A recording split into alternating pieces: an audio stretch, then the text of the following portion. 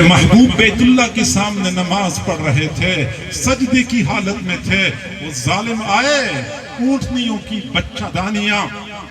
اوجھڑیاں اٹھا کے میرے محبوب کے کندھوں پر ڈھیر کر دیں۔ ماں کو اپنے بیٹے سے محبت ہوتی ہے، ماں تو کبھی نہیں چاہتی کوئی بندہ میرے بیٹے کو ٹیڑھی آنکھ سے دیکھے، چجا یہ کہ وہ دوسرے لوگوں کے پتھر برداشت کر لے۔ آخر کیا وجہ تھی؟ اللہ تعالیٰ نے اپنے محبوب صلی اللہ علیہ وسلم کو ان شدید حالات سے دوچار کیا، ان مشقتوں سے گزارا، اللہ کو ضرورت کیا تھی۔ میرے بھائیوں، میں آپ کو بتانا چاہتا ہوں، اللہ رب العزت نے دنیا والوں کو بتانا تھا